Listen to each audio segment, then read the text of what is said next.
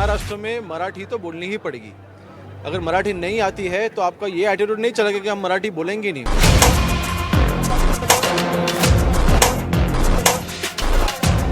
मातृभाषा का अभिमान होना चाहिए, पर उसको आगे करके अगर कोई गुंडागर्दी करेगा तो सहन नहीं किया जाएगा।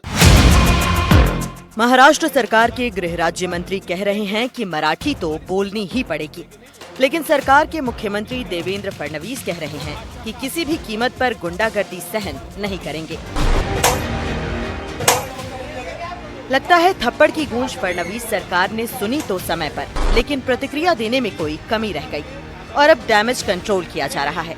मीरा रोड की घटना के तुरंत बाद एफआईआर भी दाखिल हुआ और कार्रवाई भी हुई है।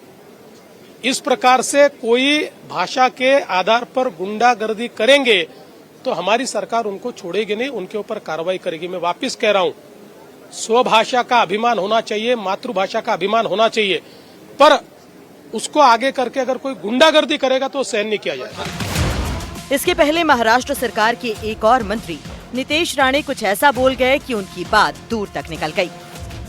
मारा ही गया है ना, एक हिंदू को मारा गया है ना, एक हिंदू को मारा गया है, तो मुझे बोलना है कि इतनी हिम्मत जाके नल बाजार और मोहम्मद अली रोड में दिखाओ ना। वो जो दाढ़ी वाले और गोल टोपी वाले क्या मराठी में बात करते क्या? शुद्ध मराठी में बात करते क्या? उधर जाने की, उनको कान के नीचे बजाने की हिम्मत नहीं है। जावेद अख्तर क्या मराठी में बात करता है क्या? आमिर खान क्या मराठी में गाता है क्या? उधर उसके मुंह से मराठी निकालने की हिम्मत नहीं है। ये गरीब हिंदू को क्यों मारने की हिम्मत कर रहे हो?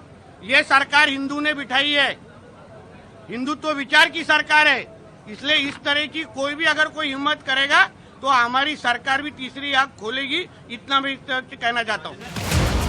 उद्धव गुट को भी समझ में आ रहा है कि नितेश राणे ने एमएनएस के थप्पड़ कांड को जो नया एंगल दिया है वो बीएमसी के चुनाव में उन्हें नुकसान पहुंचा सकता है। नेता उद्धव ठाकरे जी ने कहा है कि जो मुंबई का रहवासी है वो मराठी ही है, वो मुंबई का ही है, तो ये मराठी और अमराठी का जो भेदभाव है बीजेपी फैलाना चाहती है। बीजेपी हिंसा करवाती है, कानून व्यवस्था बीजेपी के पास है। अगर बीजेपी के राज में लोग सुरक्षित नहीं है तो हम किससे कहें? इसके लिए हमारी पार्टी शिवसेना ने हमेशा से एक ही चीज़ कही है कि अगर आप मुंबई महाराष्ट्र में रहते हैं तो आपको मराठी आनी चाहिए। बहुत प्यारी भाषा है, हिंदी मराठी संस्कृति एक ही देवनागरी पर टाइप होती है। इसका मतलब तीनों आपस में बहनें हैं, तो जो बहनें हैं उनको भेदभाव से आंखों से नहीं देखना चाहिए।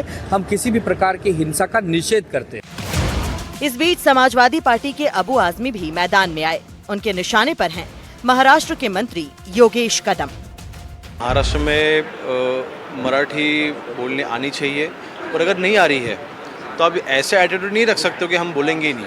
आप जबरदस्ती नहीं कर सकते, आप रिस्पेक्ट कीजिए ना। कोई मतलब नहीं हुआ। महाराष्ट्र में रहना है तो मतलब क्या होगा? तो ये कानून बन जाए। योगेश कदम साहब है, असेंबली में कानून बना दें कि भाई महाराष्ट्र में जो रहेगा उसको मराठी नहीं आएगी तो उसको निकाल दिया जाएगा। कानून बना दें, बोल दें कि मुख्यमंत्री ऐसा कह रहे हैं।